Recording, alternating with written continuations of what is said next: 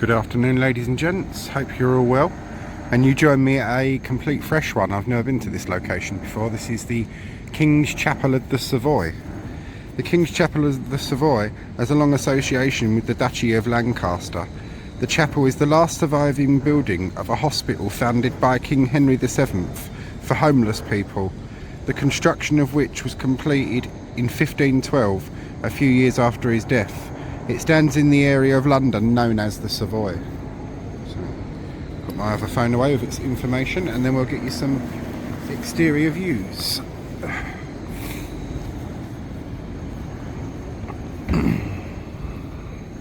Church is closed now. This is why I always film my exterior scenes afterwards, because it says on the website that it's closed. It's open till 3 today, but it's not. It's closed. So I'll get you some exterior views of the church. Walking down a very old cobbled street. This would have been one of its original doorways or entrances in, I suppose. This chapel was repaired and improved at the expense of His Majesty King George IV in the year 1826 and 1830.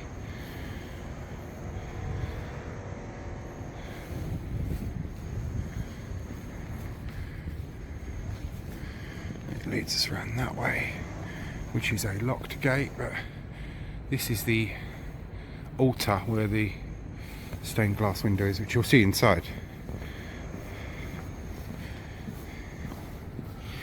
Unfortunately, its churchyard was closed even when the church was open, so we can get views of it, but not a walk around it, I'm afraid.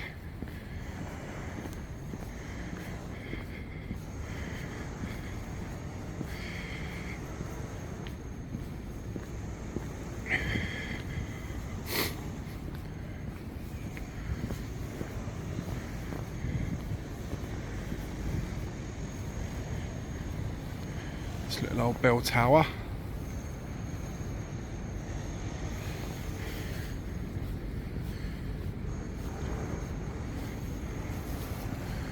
The King's Chapel of the Savoy. The chapel is the last surviving building of a hospital founded by Henry VII in 1512 for the poor and needy.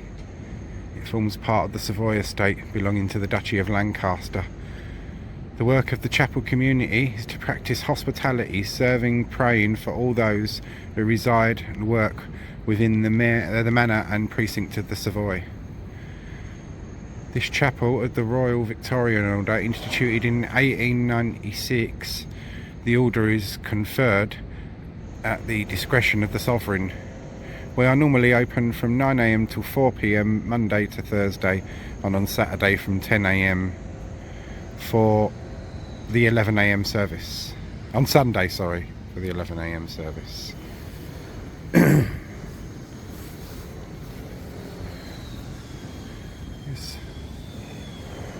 Alarms, take a picture of that.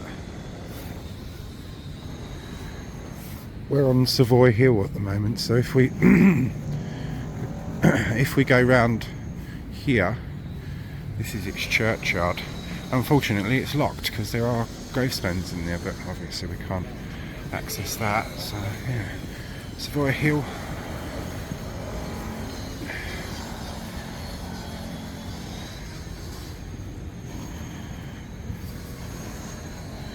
And this gets you some views of the opposite side of the church. There we are.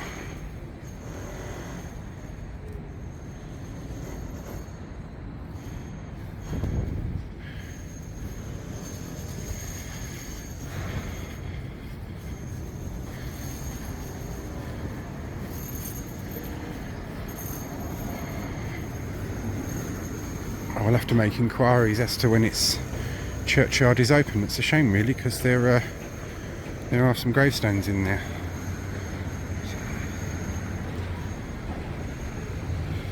Now you'll join me back round the front and inside, so I hope you're all going to enjoy this one. It's got a spectacular ceiling. That's all I should tell you for now. Hope you're all going to enjoy.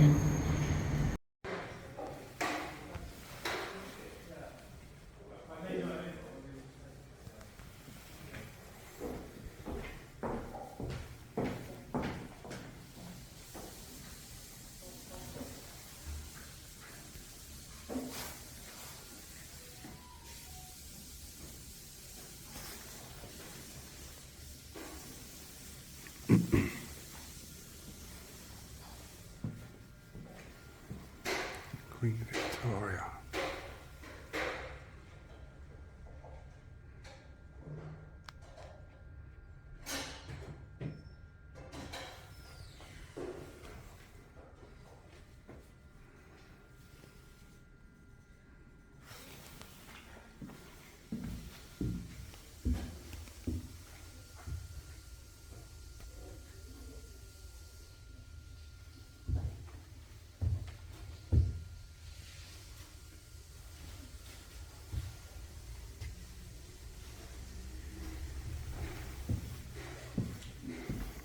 And we shall go in.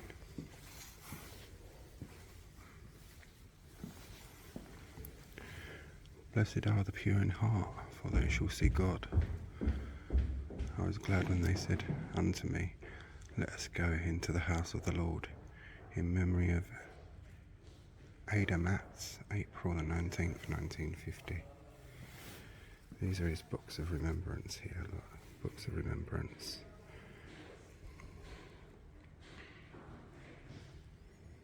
Consultant Surveyor Bernard Alfred Speed, CVO, 1916-2001, Consultant Surveyor to Her Majesty the Queen for Sandringham Estate, 1973-84. Thou shalt guide me with thy counsel, and afterwards receive me to glory.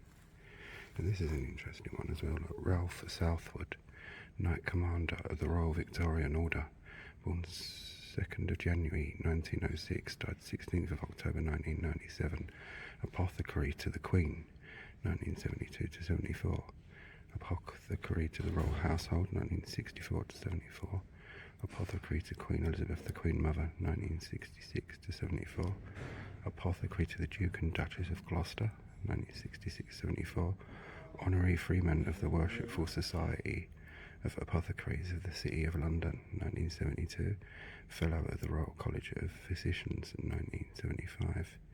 His skill and judgment in his profession were established. His superior understanding and pleasant conversation greatly enhanced his society and friendship, while his humane and liberal heart gained him universal esteem. And all along the wall, you've got the armorial plates.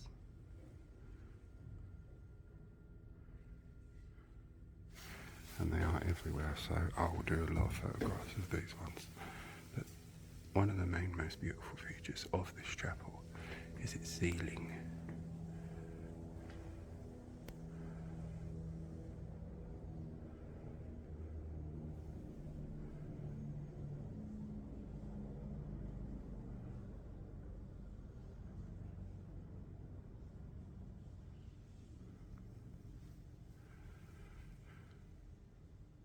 Lancaster.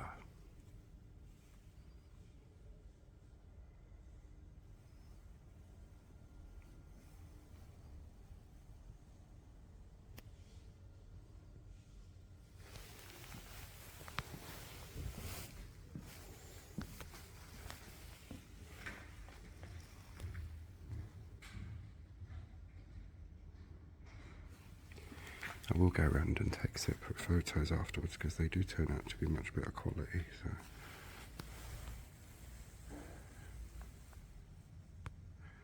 That's its organ. It's got some very, very stunning stained glass in this one, as you're going to see in a minute.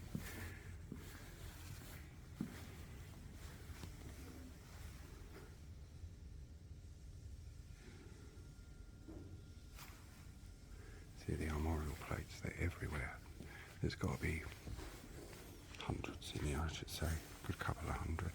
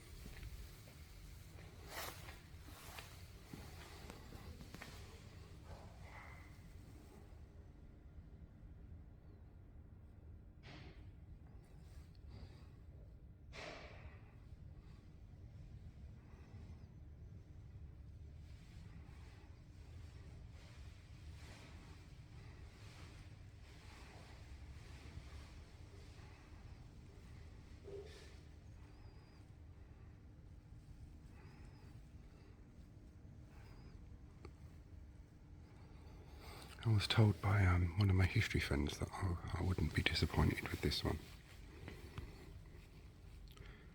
Beautiful font, look. The carving on this is absolutely exquisite, look at it.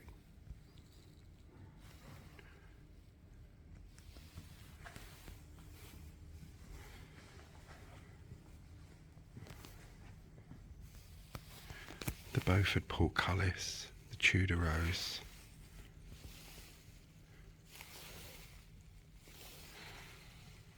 So we've got Tudor links here.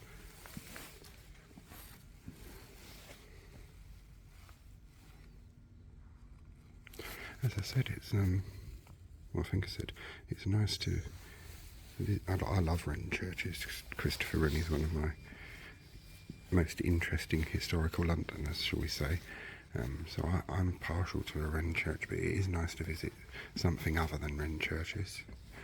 This font was presented to the Chapel Royal of the Savoy by Harriet de Wint in place of a monument previously erected to the memory of her brother William Hilton, R.A., her husband Peter de Wint, and other members of her family whose remains are interred in the adjoining cemetery. The monument was destroyed with the chapel by fire July the 7th, and I'll have to transcribe this one, MDCCCLXIV. So I'll have to go on the Latin translator and do that. May this triplet of earthly affection be long preserved to the glory of God.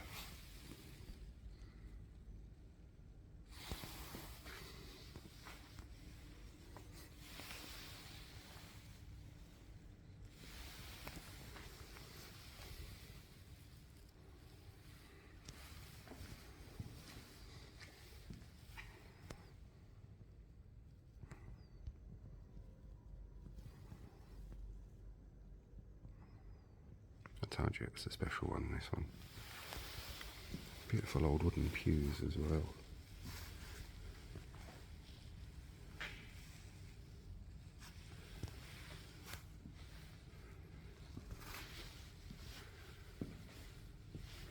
$20.23. A candle. JCCD, 23rd of February 1889 to the 11th of December 1970. FJD, 29th of May 1894 to the 25th of November 1985. I asked the vicar here, he's a lovely man, if I could photograph him, what I could and couldn't. So that one will have to do with the nighttime vision, I think, won't we?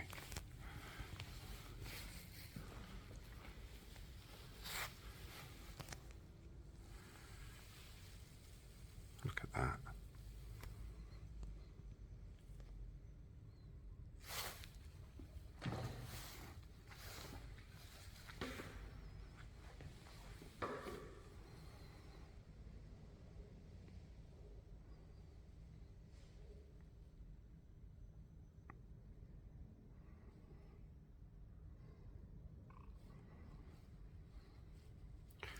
This has been one on my list for a while that I've wanted to come and see, because obviously it isn't Wren, it's Tudor era, so it's something very different to what we're used to with a lot of the Wren churches that I come and see.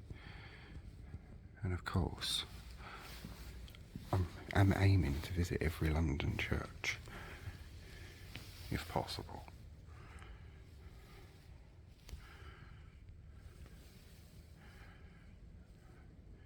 If the good Lord grants me enough time, then it might be achievable.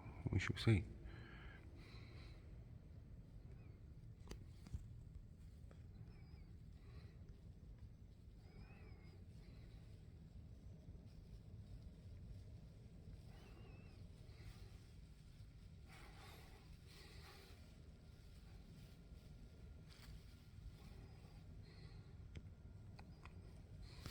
Live for today, for tomorrow is never promised, as they say.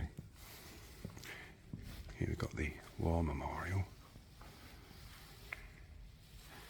19 1939 to 45.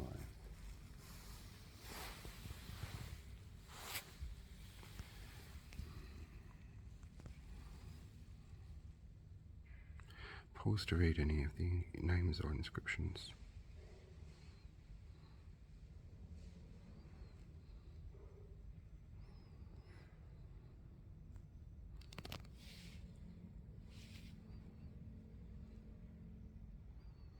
I will be photographing anyway, so. Those who laid down their life for king and country, and now beholding the king in his beauty are satisfied.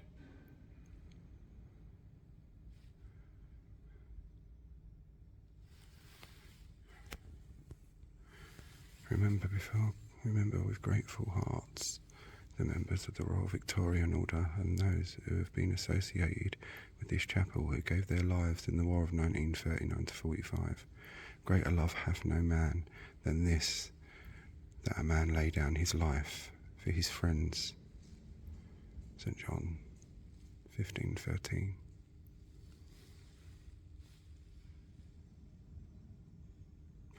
A service of thanksgiving for the preservation of the chapel during the years of the war was held on October the 22nd, 1946, and was attended by their Majesties the King and Queen and members of the Royal Victorian Order, during which service the chapel and the altar plate presented by the King and the royal family were dedicated for the use of the order.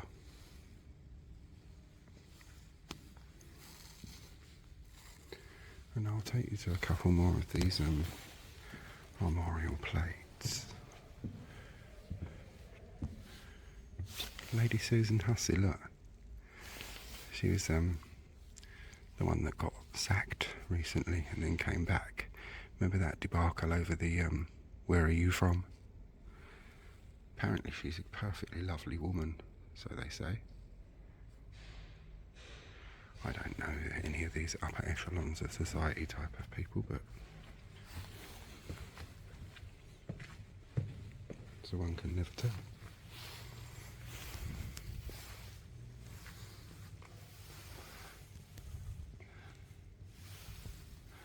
This window commemorates the Diamond Jubilee of Her Majesty Queen Elizabeth II and was unveiled by the Queen on the 1st of November 2012.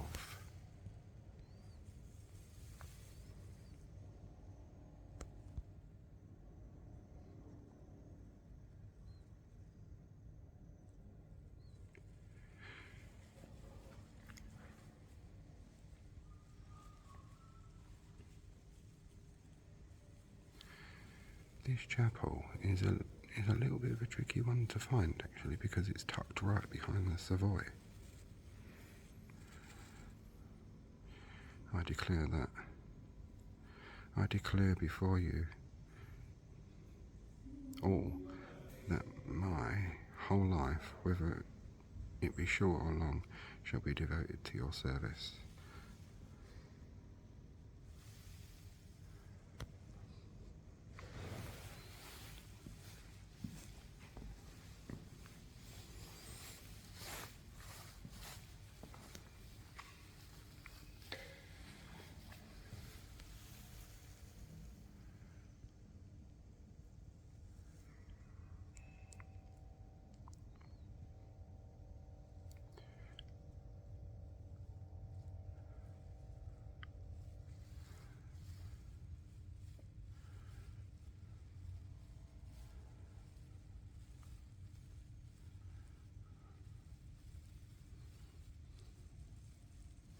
Queen Mary, 1862 to 1953, devoted wife and mother, beloved queen, friend of her people, patron of the arts, with dignity and courage, she upheld the monarchy, sorry. They say that Queen Mary was the queen that saved the monarchy, to be honest with you. Now we're going to go to the most sacred area of all in a minute. The altar.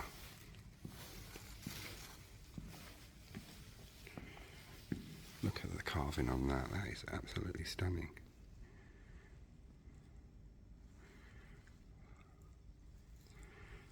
As I've said many times before, we're highly privileged to be able to come and see these places. In London, with a large variety of different churches, really. VR, Victoria, Regina's Queen Victoria, of course, because of the Royal Victorian Order. Same as the Victoria Cross. Few orders and meritorious awards and stuff like that were created in the Queen's reign. VR.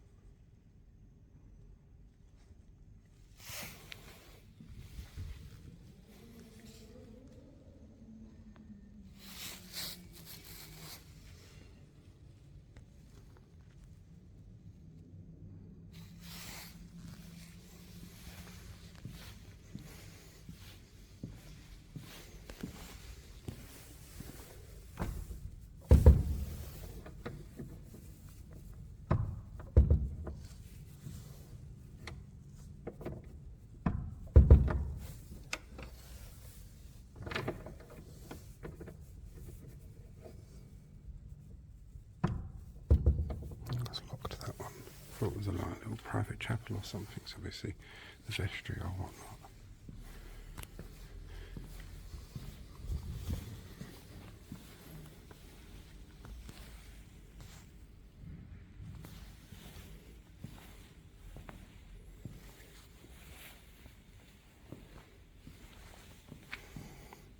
You got Thomas Allen. It's all in Latin, but 1522.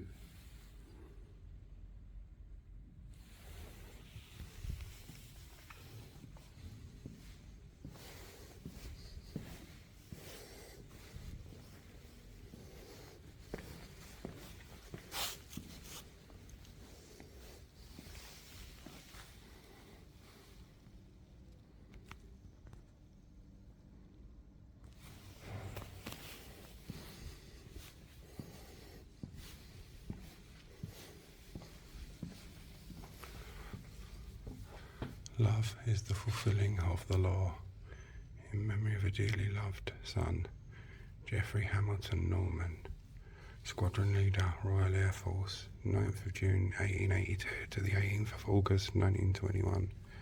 In peace and war alike, he held his life at ransom for his country and his comrades, and of his mother, Jessie Marion Norman, died 25th of November 1934. Haved in memoir.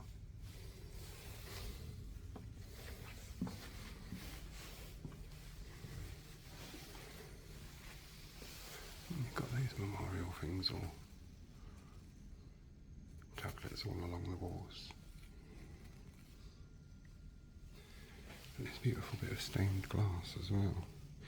That's what I thought that room led into, but I don't think it's open.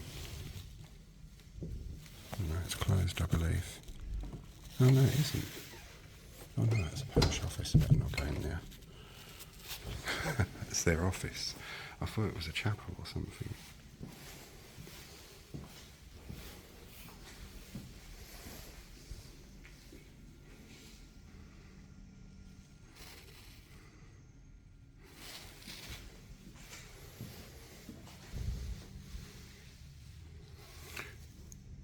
Lectern by Gilbert Bates is a memorial to Lawrence, son of Sir Henry Irving, British actor and theatre manager. Lawrence, a passenger on the Empress of Ireland, was drowned in 1914.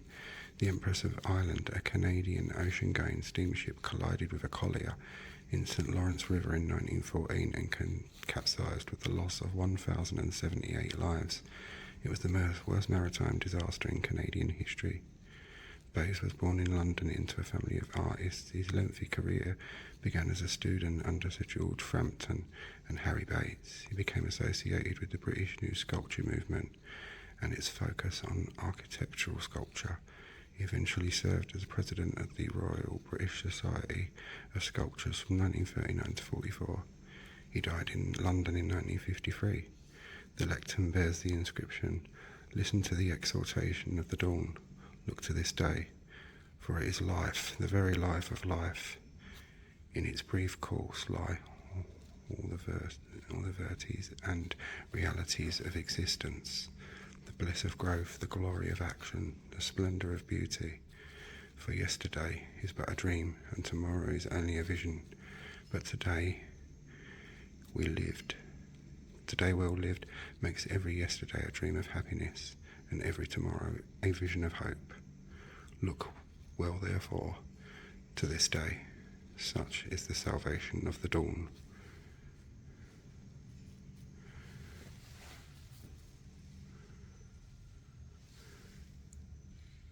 Kalidasa, one of the most important classical poets and playwrights of ancient India.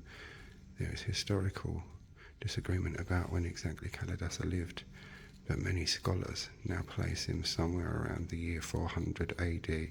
That's who this verse was by, Kalidasa, 350 to 430 AD.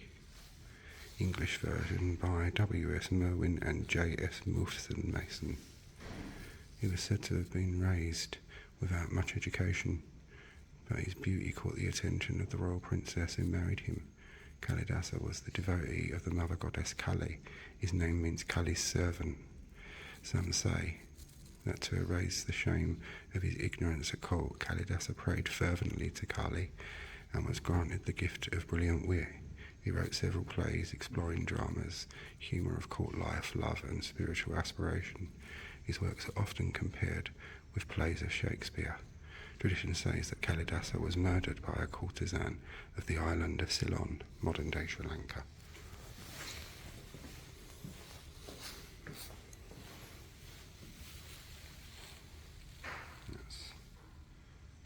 Hello.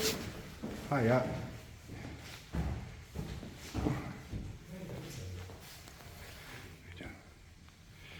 What a beautiful place.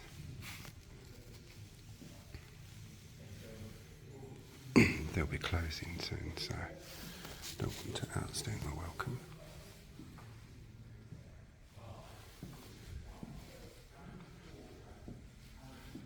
This shows the church years ago, the chapel in 1937.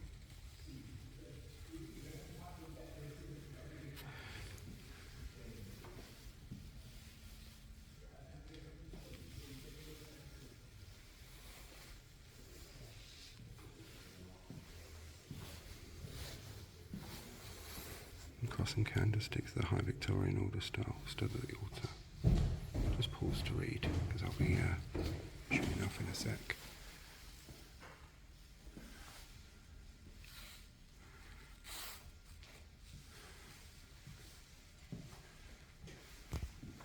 London, look. Beergaton, the Globe.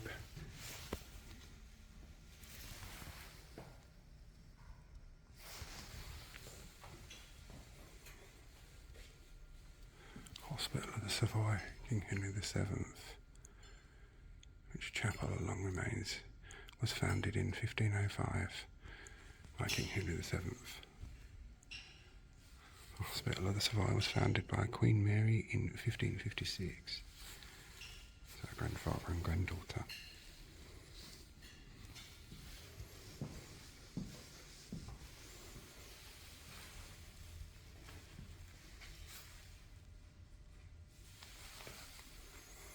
Joanne left as a reputation of St Philip the Apostle by Edward Bourne-Jones, 1833 to 98, a British artist at the Pre-Raphaelite School.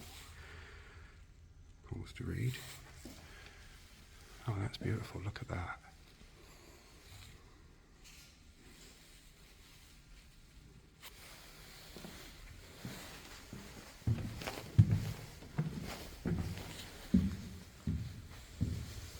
This is the Lancaster Hall, this is. So, I hope you all enjoyed that, ladies and gents, and thank you for watching, and we'll be off now.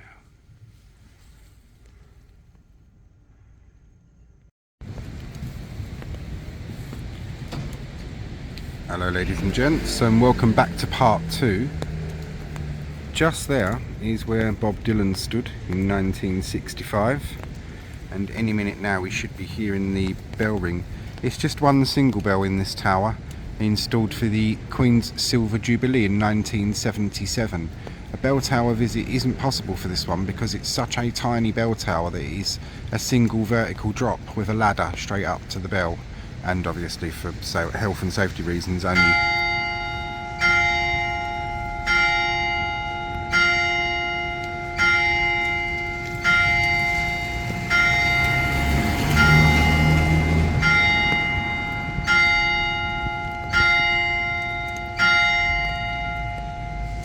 Only certain people are allowed to go up with it, which is namely the caretaker. Have to be a bit careful, but yeah, right here is where Bob Dylan stood in 1965 at the Savoy Steps, and we'll have a walk along here.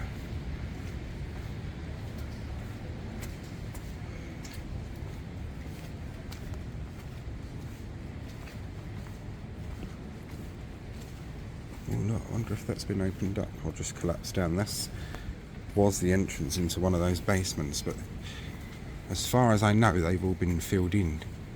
But yeah, this takes you around the side bit of the church, as we saw on our entry, or part 1. A bit miserable today the weather. This chapel was repaired and improved at the expense of His Majesty King George IV in the years 1826 and 1830. And this chapel, being kind of known as a royal particular, is changes its name with each monarch. So until the death of the late Queen, it was known as the Queen's Chapel of the Savoy. Now it's known as the King's Chapel of the Savoy, which it seems due to remain for quite some time, unless some terrible accident occurs and wipes out 3 generations of monarchs to come, which I hope doesn't happen. But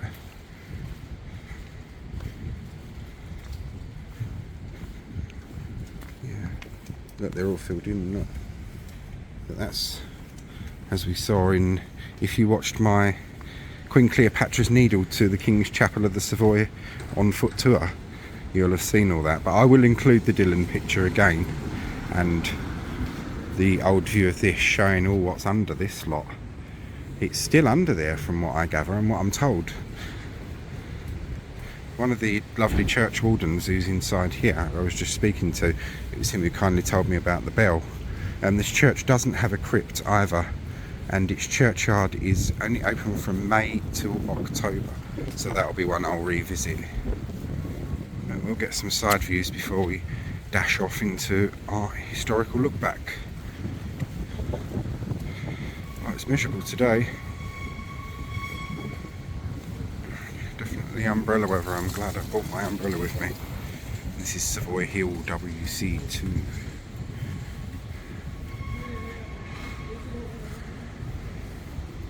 And the only gravestone that we can see at the moment is for sacred to the memory of Julia Mary, the beloved daughter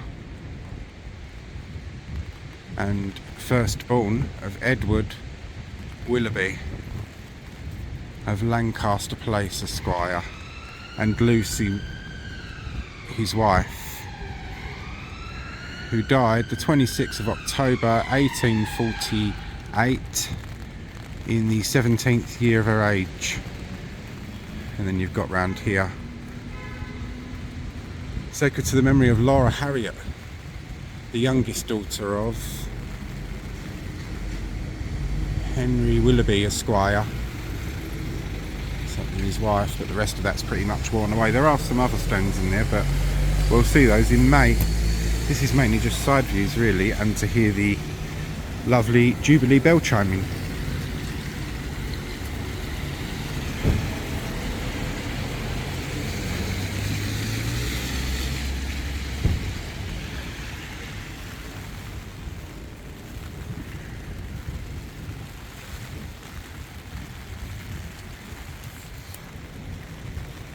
This weather can only be described as itty with an SH.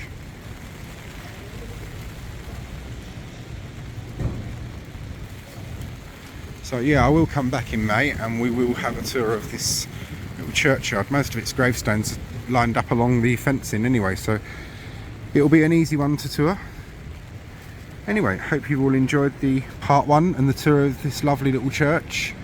Steeped in history, this one of course, some of which we're going to have a look at now. The area of the Savoy Manor takes its name from Peter, Count of Savoy. He was given the land by King Henry III on the 12th of February 1246. He built a palace on the site, but after his death in 1268, the property was then left to a hospice in Savoy. However, his niece, Eleanor of Provence, Queen to King Henry III, bought back the land. The land was then given to her son, Edmund Plantagenet, the first Earl of Lancaster. Successive Earls of Lancaster extended the site and furnished the Savoy Palace in a wonderful style, culminating in the efforts of John of Gaunt, using his booty from the wars with France and Spain. A little bit of information about John of Gaunt. I'll pause for around 10 seconds on each one and then I'll move on, so pause to read if you want.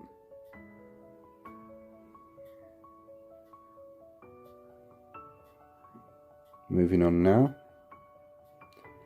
During the Peasants' Revolt of 1381, Both John of Gaunt and his palace became a target.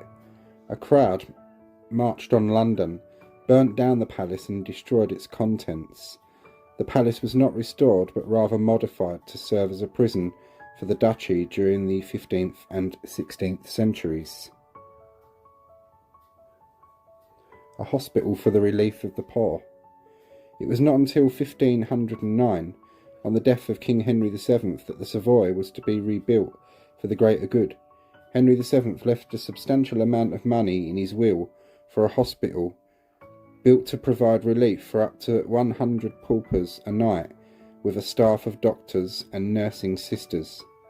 The last poor were admitted in 1642, the hospital then being used as barracks. Here we see the Savoy Hospital in 1650, drawn by Wenceslas Holler.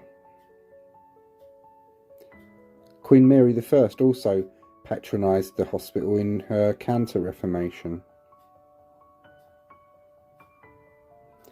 The hospital was completed in 1517 when the executors of Henry's will named it the Hospital of King Henry VII of England of the Savoy. Despite its good intentions, mismanagement and corruption sent the hospital into decline. For the majority of the 17th century, the Savoy Hospital was not put to its original intended use, however, housing wounded soldiers and eventually being transformed into a military barracks and prison. Here you see the prison in 1790.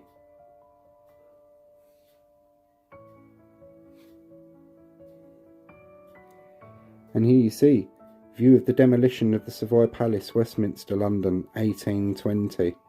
So really all that remains of that old place is the King's Chapel of the Savoy, which was once part of a hospital.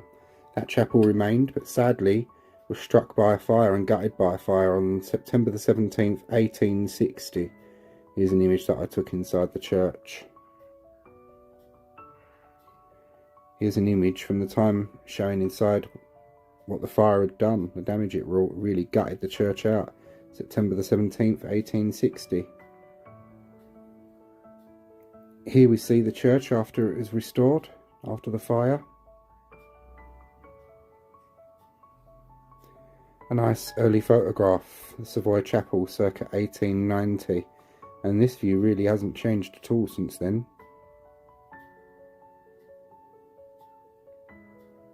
Queen Victoria and the Royal Victorian Order. Here is a Royal Victorian Order.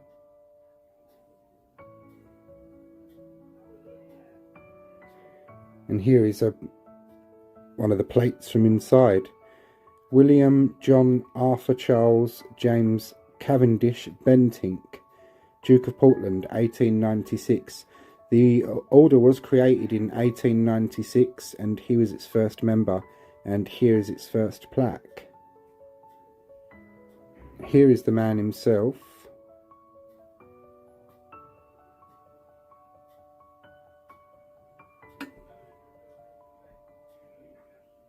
And some information about him. As I say, I'll pause for around 10 seconds on each one and then move on.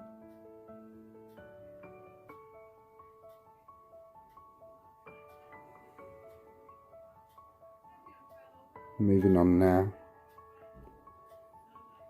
William Arthur Cavendish Bentinck, 6th Duke of Portland, and here we see him as Master of Horse.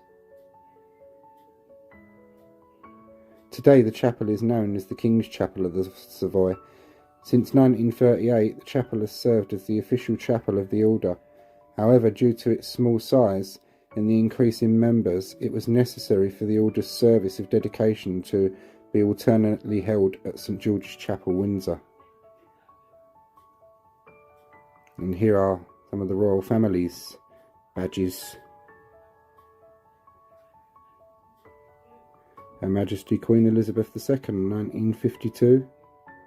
His Majesty King George VI, 1921. Her Royal Highness Princess Royal, Grand Master, 2007. Her Majesty Queen Elizabeth, that's Queen Elizabeth, the Queen Mother as we know her, 1937. His Majesty King Michael of Romania, 1938, and Her Majesty Queen Mary, 1937. Here's a picture, an early 20th century one, of the exterior of the church, showing its churchyard, which was much more populated with gravestones than we see it nowadays. Nice image from the 1950s, this one.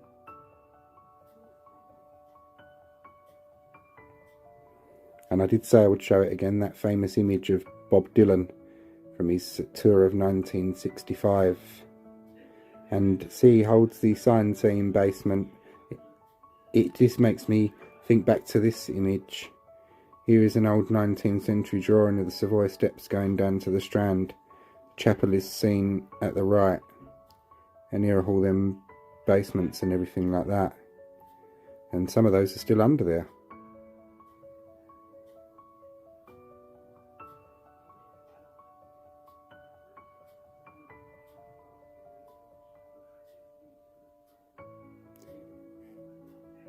And as I say, it's called a Royal Peculiar, this chapel, and it changes its name with the changing of each monarch.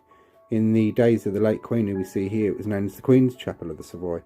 Now we have a king, it's known as the King's Chapel of the Savoy, and will remain so for quite some time. And here is the Queen here at the chapel in 2003.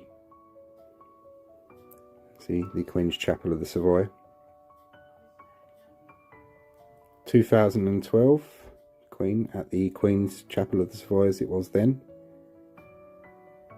And that, ladies and gents, concludes our tour and history of the King's, Queen's Chapel of the Savoy. Hope you've all enjoyed and found it interesting. Thanks for watching.